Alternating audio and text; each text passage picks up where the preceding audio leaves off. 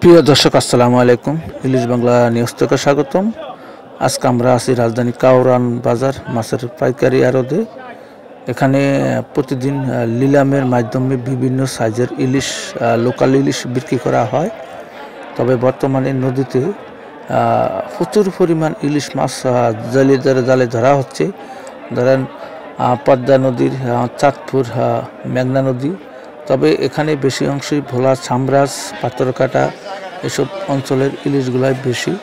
তবে বর্তমানে ইলিশ মাছ ধরার কারণে জেলেদের জালে সারা বাংলাদেশে যে মাছের বাজার আছে সেখানে অ্যাভেলেবেল ইলিশ মাছ আসলে বিক্রি করা হয়।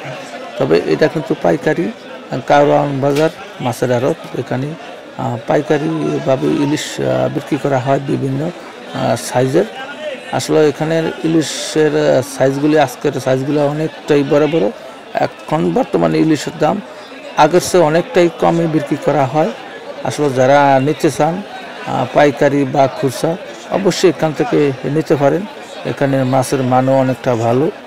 এই যে আপনাদেরকে দেখানোর চেষ্টা করছি। ধন্যবাদ।